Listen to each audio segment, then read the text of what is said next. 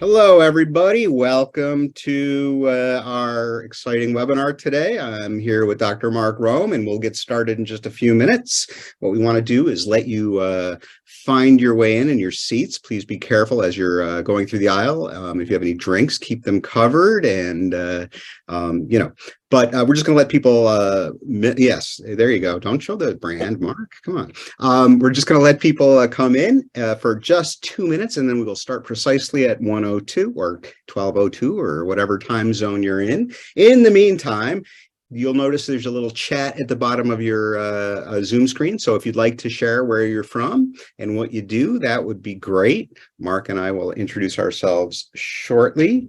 Mark, we should have had one of your spin playlists going while we were starting. Didn't think of that. I'm still glad to put one up there. If there's time, I can do one of the my latest.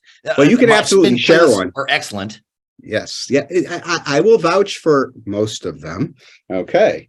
Heidi, welcome. Good to see you. Heidi from Regis University. I know Heidi. Anyone else who wants to share where they're from, that'd be great. You're not obligated to. Nikki from Missouri Southern, another great school.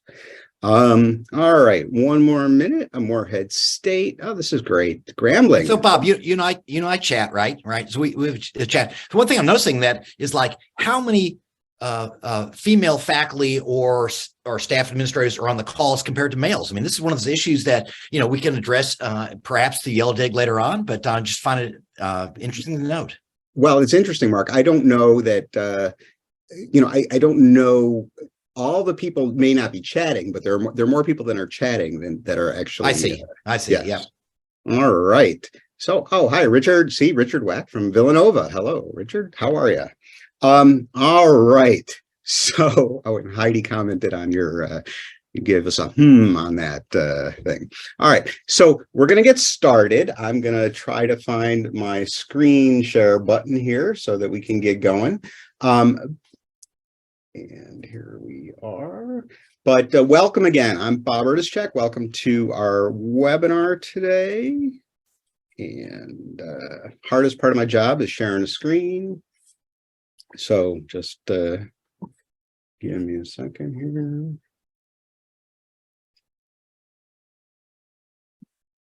Should have done this beforehand. Okay, there we go. Oops, wrong way. I've done this before, I promise. You know what? This is the wrong screen. That's why. I knew there was something happening. Anyway, I'm Bob Erdischek. I'm Yellowdig's head of client success. I've been with Yellowdig for almost 3 years. I'm going to introduce my colleague, Mark Rome, in a minute. My colleague, I suppose that's fair, right, Mark? Sort of. Yeah, we've worked together before. I just want to tell you briefly about me because I think it does inform why I'm here talking to Mark today. Prior to coming to Yellowdig, a long time ago, before the turn of the century, I was a practicing lawyer, but I did not enjoy that at all. And I got the opportunity to do some teaching in higher education, really like that.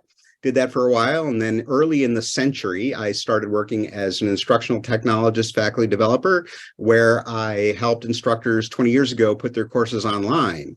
And in that time, I found that I loved the promise of online learning, but I felt like the tools and the pedagogy did not provide the better student experience that I was looking for, and frankly, the instructor experience.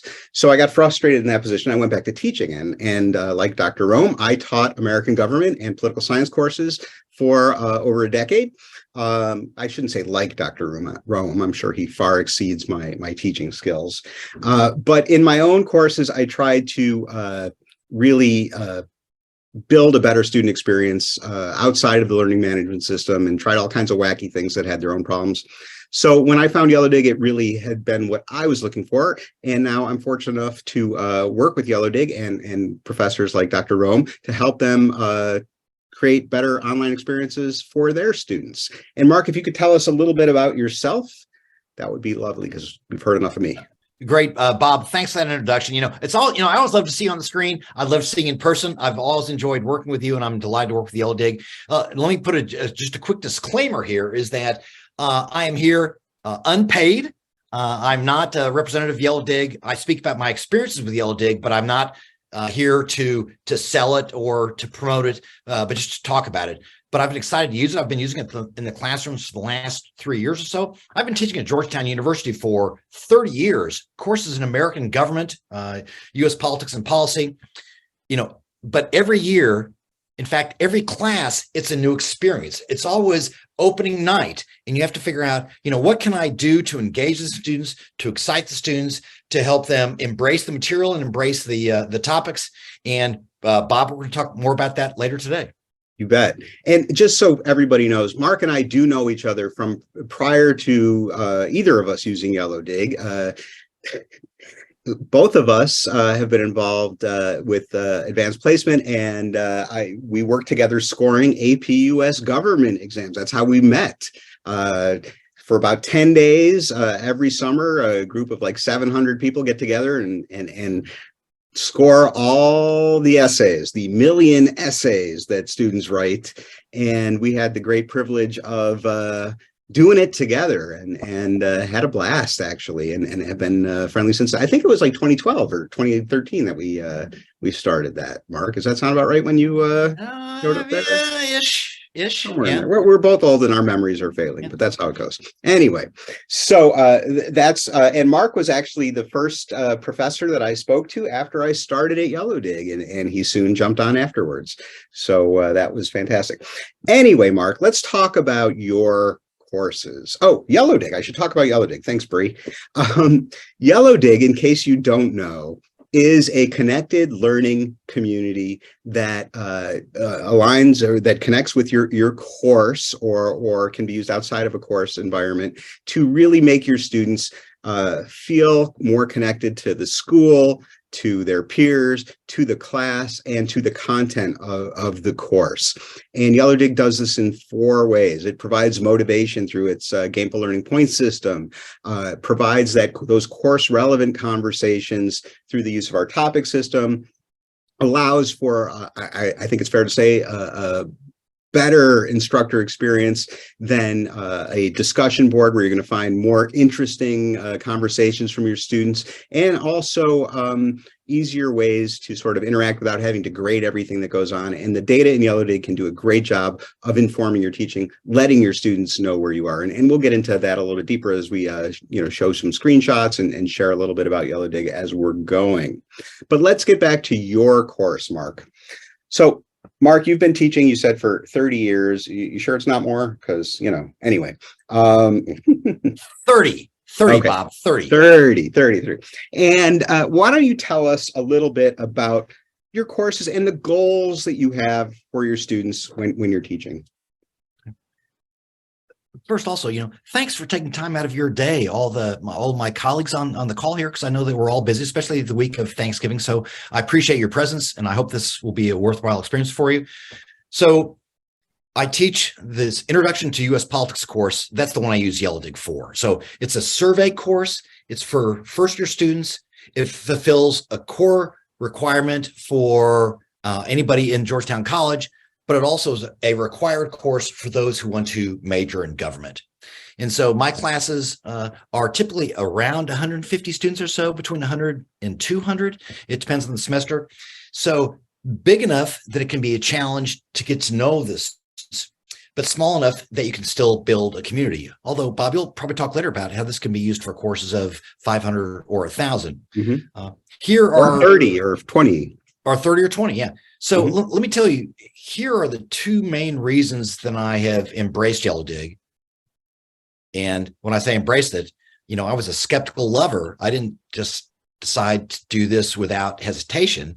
I was concerned about what it would look like, but I decided to try it out with my classes. And here are the 2 purposes it serves.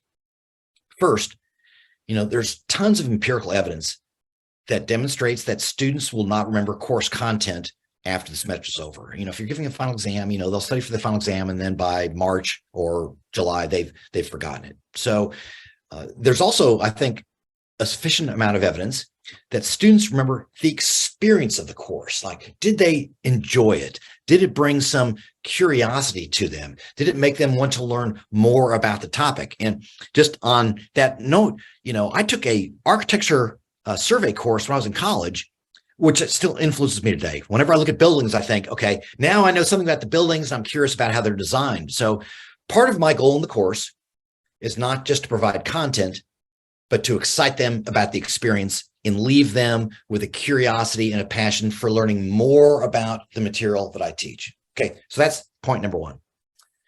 Point number two is that I've become increasingly skeptical about giving grades out based purely on performance. The reason for that is students who come into my class with higher performing abilities, and I have evidence for this also, they tend to get higher grades going out. If I just have them write essays at the beginning of the class and essays at the end of the class, and I compare the two, those who performed higher at the beginning performed higher at the ending. Those who performed lower at the beginning typically perform lower at the ending. There may be improvement for both, but scores are closely correlated to incoming knowledge and abilities, right? So what I want to do is, in part through Yellowdig, is can I put more weight on effort? So not just how well the students perform, but how frequently they show up. How much do they contribute weekly? Do they engage? And so I try to structure a class where they have actually about half their grade, not all on Yellowdig, but other matters, where the showing up every week and participating and engaging matters a lot. And my hope is that sort of balances the grades between those who come in with lots of skills and those who come in with lots of desires. And I'd like to reward those with more of the desires when they come in. So let me stop there, and let's move on to your next point. But again, engaging them, having them enjoying the experience, rewarding effort, and not just performance. Those are the things that motivate me to use Yellowdig. And through that engagement and that effort, what you're seeing, or at least what you're hoping to see, is that provides more connection ultimately to the material, at least from the perspective of interest and hopefully understanding too, because of the motivation to engage that built out of it. Is that a fair statement? Yeah. And so, Bob, the way that Yellowdig is structured and the way that I structure my course is that the students can earn 1,000 points a week. They can earn 15,000 points over the course of the semester to get the highest grade. They have to do that every week. And this really works against the idea that students might have, that they can sit back and then cram for the final, or sit back and write their final paper in the last 3 days. They have to work every single week. There's no getting scores. If you miss a week, there's no making up for that. And this is a challenge for the students. Students are not used to this. So the first couple of weeks, especially, I remind the students on almost a daily basis, and I can automate these emails, right? So I do this this is embedded in my Canvas course. So I write them, remember to participate in Yellowdig today. The example I use is like, how often do you brush your teeth? Do you wait, just until you go to the dentist, or you have to brush your teeth? I wait until the end of the semester. Many of us wait till we go to the dentist, but you have to brush every day in order to succeed on that. And so the early engagement and the consistent engagement is something that we really, really focus on. And so, Mark, before Yellowdig, what did you do? How did you manage this? So I've been a believer in student engagement consistently and routinely across the semester for many years. It was harder to do before Yellowdig. I found the blackboards on Canvas or on Blackboard, the discussion boards, those are way too static. They didn't lead to like real student engagement. People would do perfunctory posts. So that was not good for me. I'm fortunate to work at a campus where we have a lot of political events. I would require them to go to events in person and then post about those events, show a screenshot and give a reflection, again, on a static discussion board. So that did not engender additional student engagement. So my students still earn course credit by going to outside activities. Like if they go to a movie or go to a speech, go to a city council, go to a congressional hearing. And there's tons of things they can do, but then they come back and they post about these things on Yellowdig, again, to share their experience and to let other students know what they did and what they learned from that. And so it's much, much more communal than it was through the static discussion boards on Canvas or Blackboard. Again, I don't represent Canvas. I don't represent Blackboard. I don't represent Yellowdig. These are all my experience as a faculty member. And Mark, I'm pretty much sure that everyone in the audience realizes that when you're talking about an American government course, there may be some opinions that students have about, or that they're developing about American politics, American government in general.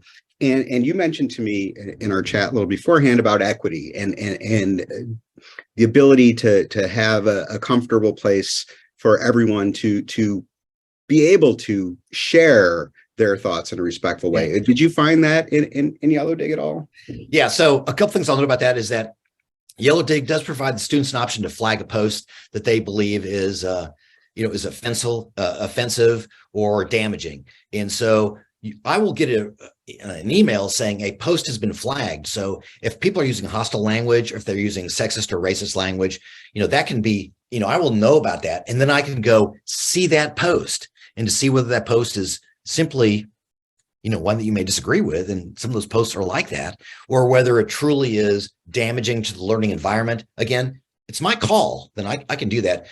This semester with 150 students in multiple hundreds of posts, I've had 2 posts flagged. And so that's a good sign that there is really engagement with the community that is not, it's not hostile. It's not racist, sexist, xenophobic. So that's a good thing. And yet, on the other hand, Bob, I would say, and actually this is really helpful. We had a conversation this morning. If you use the search term disagree, I've got tons of posts where students are saying they disagree with something. Now, the disagreements are not partisan balanced. My school tends to tilt pretty heavily to the liberal side, the Democratic side. So much of the disagreements posed is towards more conservative viewpoints. But the disagreements that are posted are civil and engaging. They're trying to get other students to respond to them rather than just saying this person should be canceled, this person should be driven off the platform. So they're respectful disagreements about actual things that matter and providing deeper thought. And one thing we talk about in your communities in discussion boards, usually, like you mentioned, comments are, or at least this is our opinion, and I think it's supported, perfunctory, and people are just sort of checking the box as to what's going on. In your community, it seems, and I know actually it doesn't seem, students are having deep conversations. They're going 50 something comments deep into conversations. So, that shows that students are actually reading each other's content. They're not just coming in and getting out as soon as possible. The point system that you've employed, you're using the Yellowdig point system, which allows points for interactions that they receive from each other. And, to my mind, that is actually driving, as it's intended to, deeper conversations. Students are realizing they're getting points when somebody comments or reacts to their post or comment. And that, are you finding that it is actually driving deeper conversations, that students are feeling good about getting those comments and providing better conversations? Yeah, not only deeper comments, Bob, but sort of more consistent comments. Like, again, one of the problems with the static discussion boards on Canvas or Blackboard is that they're usually assigned for a particular week. So people post in a week and then it's done. And often my students, they if the assignment's due on Sunday night, they post it Sunday night. So they may not really be engaging with other students. They're just meeting a deadline. But since the main topics on Yellowdig, they persist. I mean, it's like, the Facebook or the Twitter, where the comments that are sort of the most popular still they're open for other student comments. So I might have a thread open for like several weeks. Students are still commenting on a post. And so it doesn't just go away at the assignment deadline. And that reflects well on student engagement.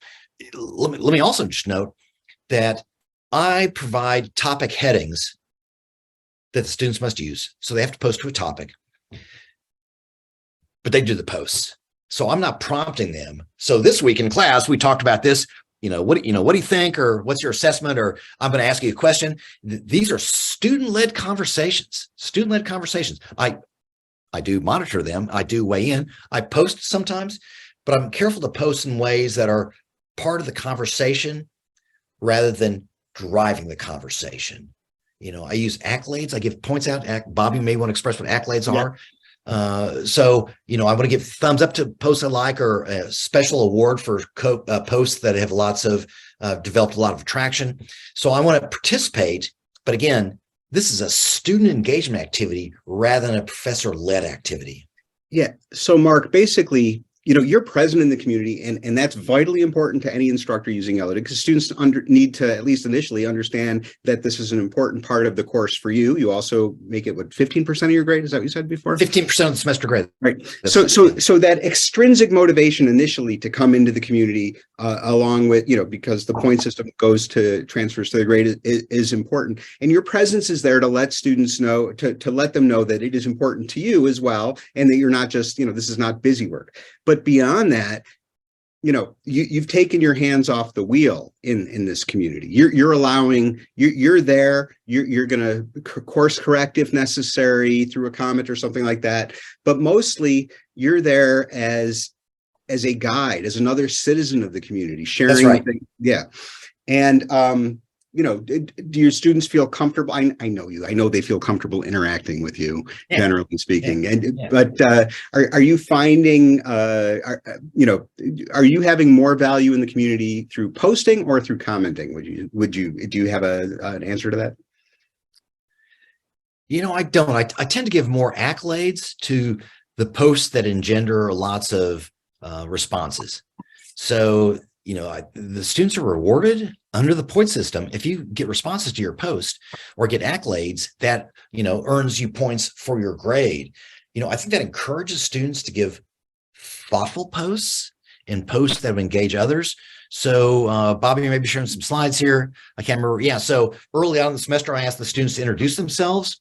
And so there is one. Mark, this isn't that. I'm sorry about that. I just wanted to show people accolades real quick. Oh, yeah. Okay. Yeah. This is different. So accolades are point-bearing badges that the instructor, only the instructor or any teaching faculty can award. And it's very simple to do it. It shows you're present there. It tells every student what you think is important in the community, and they get a point bonus for that. And as you can see, they also are highlighted on the side, which can lead them right to those important conversations that you've highlighted. So I just wanted to give people a taste of what those accolades are.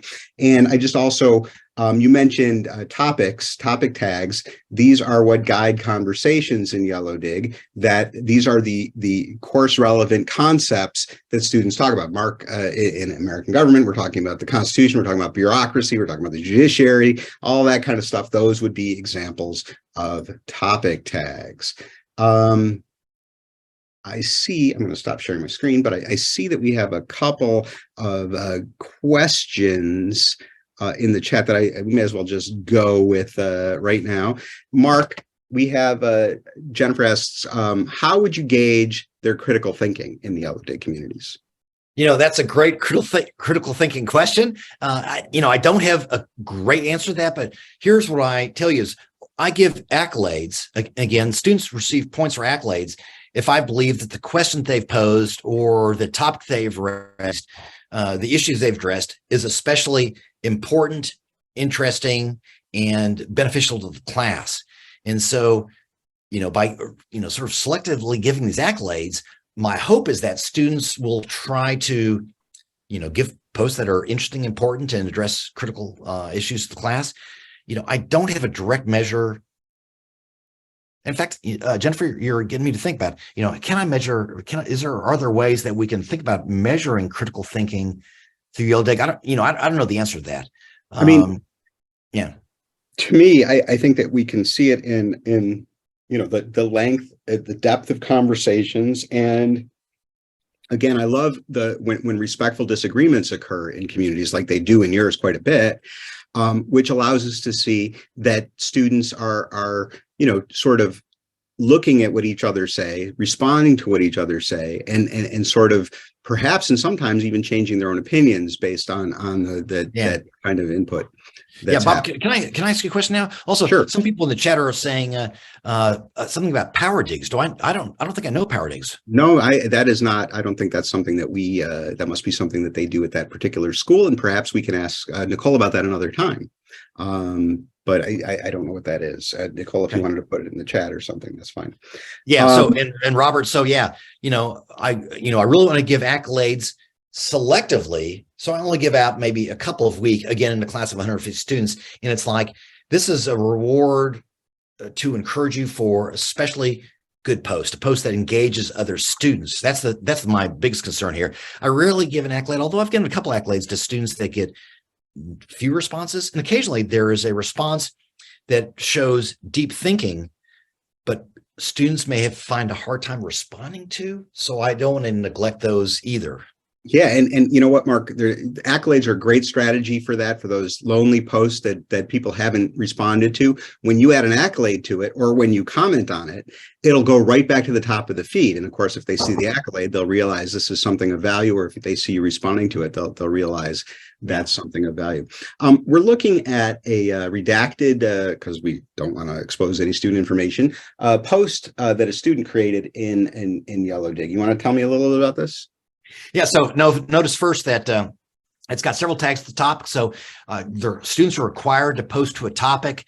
I probably should get rid of that question tag because that's too generic. But this person's posting on the presidency, public opinion, campaigns, and elections. So 3 topics that are covered in the course through our textbook, and has written a question, which is, of real public concerns, like, should Joe Biden run again? Well, this student has got 38 votes cast and a number of responses to this. And notice the student's not just like mouthing off, but look at this. Should Biden run again? Question 1. Should the Democratic Party have more moderate candidates? Question 2. Do we think Joe Biden will run again? Question 3. Do we think more? Question 4. So the student's asking 4 questions in the post, which is not just saying, blah, blah, but what do you think?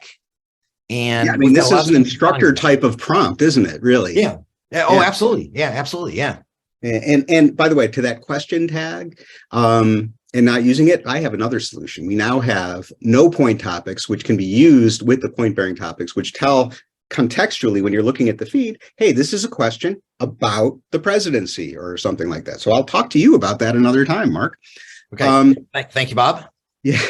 We also have a question in the Q&A. How many topics do you use?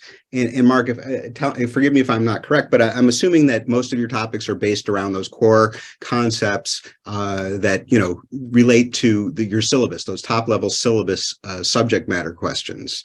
Yeah, that's right. And I would remove some of the. I have some sort of redundant topics that I can clean up. But as this is a survey course, I've got a textbook with 15 chapters.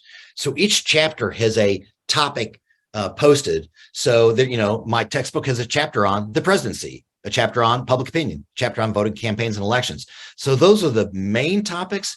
But then I've also chosen some topics like if you want to challenge one of the quiz questions, because they're taking online quizzes, they can do that. So here's the quiz challenges question. And let me tell you, my students will challenge quiz questions. So that's a topic. I've got a topic about upcoming events. Can you just go a little bit deeper on the quiz challenges? What is the goal here, and what's happening here exactly? Yeah. So the textbook I use, so again, relatively large class, and so I use computer graded multiple choice questions on each chapter of the textbook. This allows me to get a lot of information, a lot of data about how students are doing and keep them on track. So over the course of the semester, they have to do quizzes at certain points. I know they're reading the text, they're making progress, but I didn't write these quiz questions. They're written by the textbook publisher. And some of the questions have wrong answers, or it's unclear whether the answer is correct or not. So as a matter of agency, I give my students a chance to challenge the quiz questions. But as you can see, not in an unlimited way. I tell them if they lose the challenge, they lose an additional half point. Although I have not enforced that, Bob.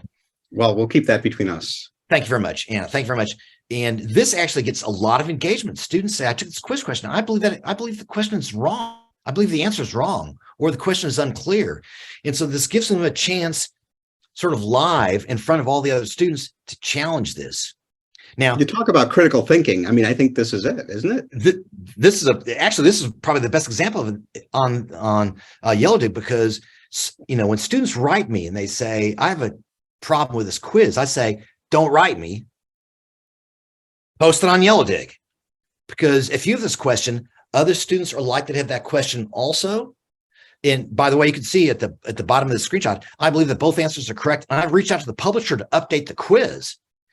And I do that. You know, I write the publisher of the book and say, you know, we've got a problem with this question. Please update that.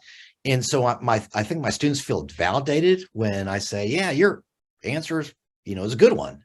So let's give you credit for it. All right. I'm just looking through the chat here a little bit.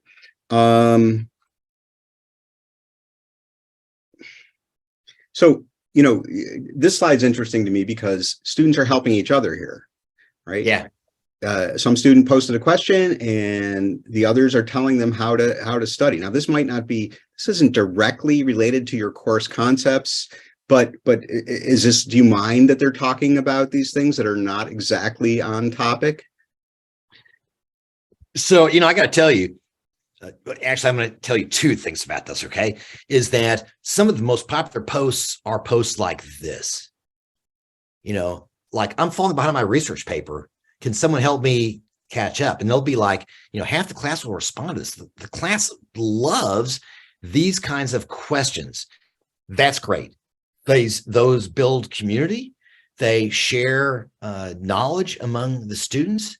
And you can see the first answer you get is, you know, here's what I do. And so these are helpful to the students and they build community. You know, I have questions about whether they should get points towards their grade for these kinds of posts. And you've now shown me that I can have some topics that earn points and some that are just for community engagement. So next time I do this, I'll probably have, you know, encourage the points like, you know, where's the best place to eat on the campus? And so, you know, I encourage them to write on that, but they should not get points for their grade for that. And so thanks for showing me now how to differentiate between point earning questions and just community building questions. Yeah. And by the way, topics is what you mean as opposed to questions. That's right. That's right. Yeah. And so somebody asked before about the topics that you have. These are the topics that Mark has. Because they are all solid color, you can see that they are all point bearing. If they were non-point bearing, they would have a dotted line and they would be sort of an X-ray version of the regular topics to sort of get there as far as that goes.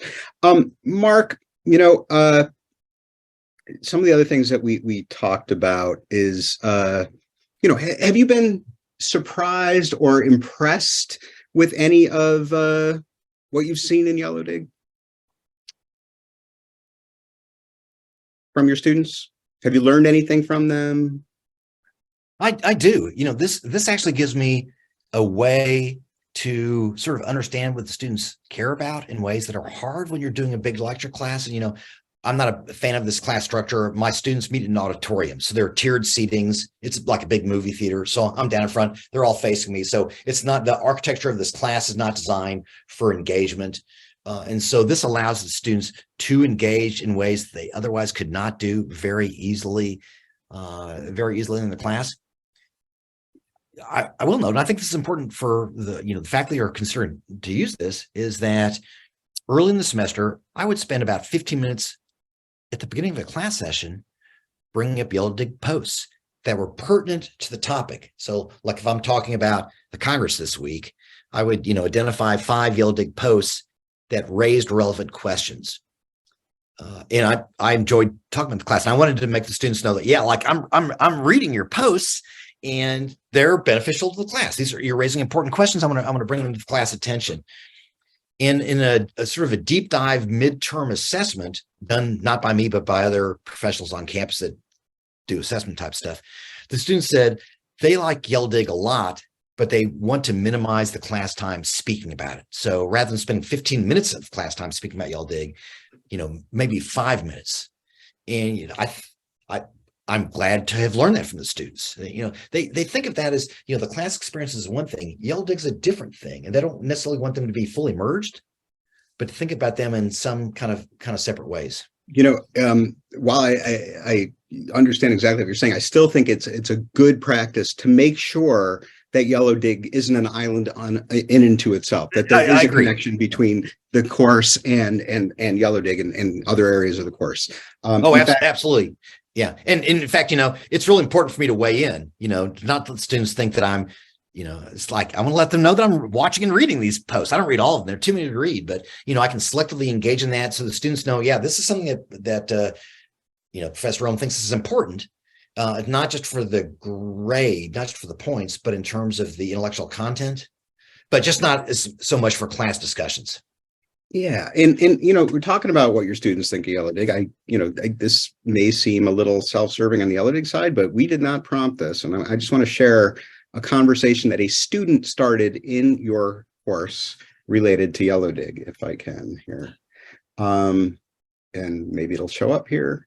So student asked, what do you think of Yellowdig as a requirement for class? And, unprompted 52 comments. And, I cherry picked here, but most of them are pretty, most of the comments, in fact, I didn't see a comment that was wholly negative. I mean, we've got, I think everyone was respectful, really helpful, actually learned a lot about relevant news. I assume that's supposed to be relevant news. I don't want to call out that particular student. Since the class is so big and it is hard to get to know your classmates in the actual classroom, I think this is fundamental. Felt that Yellowdig is the perfect combination of peer government and political discussion. And to my mind, what that means is the students are not only feeling more connected to the class material, but they're also feeling more connected to the class itself, their peers, to you and the institution as a whole. And, Georgetown probably doesn't have a retention problem, but some schools have trouble keeping students because those students feel disconnected to the institution. So I think that's a really valuable piece of what's going on there. Super helpful, Bob. And again, I just want to reiterate, the first 3 weeks of the class, they basically daily reminders. You need to go to Yellowdig. You have to log into Yellowdig. This is important for your grade. It's important. And so that was important for students to get in the habit of doing it, to get used to logging in, to going there.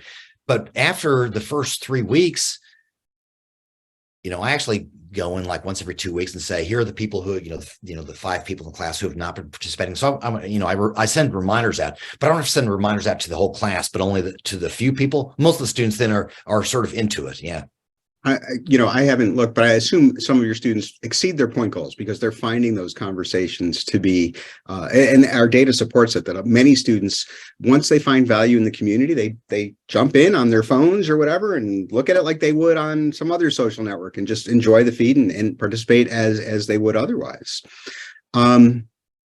Excuse me. Sorry about that. So, ultimately, have you seen evidence that your students are going beyond their point goals? Or have you? Yeah. So, Bob, I need to get some more data from you on this, but because, to earn points, the students have to write a certain number of words for a post, certain number of words for a comment. And so the question is, how close to those limits are the students writing? Because the closer to the limits, the more it looks like they're just, punching, checking a box, right? So if you require 20 words to get points for a response, how close are the responses to 20 words? Well, a lot of them are close to 20 words. I mean, students are attentive to points, I understand that, but a lot of them are much longer than they need to be. And when they're much longer than they need to be, that suggests to me that they're just writing what's on their minds and not just saying, okay, I've met my word goal. And by the way, when you're typing on Yellowdig, it'll tell you how close you are to the point, the number of words that you have to have for a point. So when I'm doing a post, it'll show me, like I'm 75% of the way, 80% of the way, right? So, I could get to that cutoff and just stop. A lot of students do that, but a lot of them don't. A lot of them post extra material they don't get credit for, but they post it apparently because they've got something to say, which is, it's pretty cool. and they get reactions, thumbs ups, and things like that for what they do. And by the way, in case you're new to Yellowdig, students can give another student, they can't give them accolades like Mark does, but they can give each other a thumbs up or a smiley face or whatever. And they do not get points for giving those reactions. However, the student who they give them to does get points. And so what does this tell us about the students who are giving the reactions? Tells us that they're engaged, that they're reading these posts. Even if students aren't necessarily always commenting, they are engaged and coming back into the community to read what their peers have done there. And I think that's incredibly valuable, and it's something certainly you wouldn't get in a discussion board. Mark, I know you have another class in just a bit, so I want to, in the remaining time, see if there are any questions that I missed, Bree, or anyone else. If there are any questions you want to ask, and we'll go from there. So, is there anything else that anyone wants to ask Professor Rome or me? If not, we can keep going a little bit. Mark, government class is 150 students. It's a pretty challenging thing to do, to keep on top of all the students. One of the things that you mentioned in our conversation is that I wanted to go back to that grading perpetuates inequities little conversation. Mm-hmm. And can you just, how would you say that grading does perpetuate those inequities? So I've got data from other classes in previous semesters, but it's pretty clear that if I design my class where basically 50% of their points are based on effort and 50% are based on performance. So performance, you think of quizzes, you think of writing a final paper. Effort, you think about you doing Yellowdig, coming to class, doing other kind of events. It's pretty clear that the thing that differentiates the students ultimately that have higher grades are those that participate all the time. If you can engage participation, Yellowdig, going to events, coming to class, and so forth, those students just do better on the other elements as well. And I don't think it's that, like, the resources that, the sort of the knowledge or skills coming in are driving effort. Again, I don't want to be too hard on this, but that the effort in the class is driving the performance on the other measures.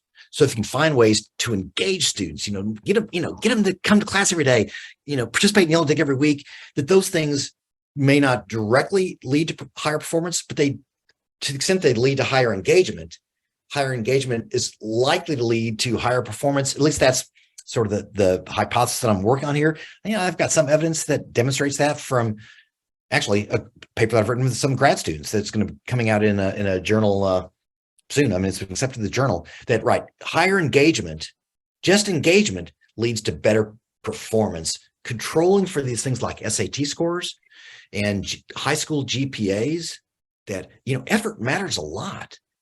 Yellowdig enhances effort.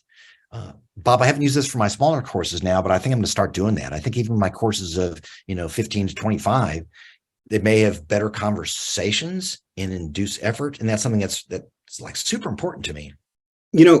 Mark, so the 150, you said it's a face-to-face class, right? That's correct. And so no matter how great a professor you are or how great a professor I was, it's impossible to allow everybody in that 50 minutes 3 times a week or whatever your cadence is to fully express themselves or ask the questions that they want to do. And, I think this really gives students a lot more agency than they would have without it. Is that sort of what you're saying here? Yeah, again, I think that it's pretty clear that, having students raise their hands in a class is, big class can be kind of intimidating. We know that men tend to raise their hands more often than others. And so trying to get engagement in class, I do some random calling on people. I have a random number generator that I spin the dial and call on students by number. But, Yellowdig also gives students to participate in the discussion in ways that they might be unwilling to do if they have to raise their hand and say that. They can post, and the students are, I think they seem to be pretty comfortable posting. I don't really know. I don't know for sure. There may be some students that say, look, something's really on my mind, but I'm nervous being called out or, canceled or whatever. But again, only a couple posts have been flagged for hostile language. And so I think that, the introverts, shy students, international students, they have more of a chance to participate on an equitable basis through You Yellowdig than they would by, class conversations. Yeah, I In a mean, big class. you can think about what you want to say before you have to, you can take your time to construct a statement that makes sense. Unlike Twitter, you can edit your posts. Let's not go there. I don't know if we want to go there today.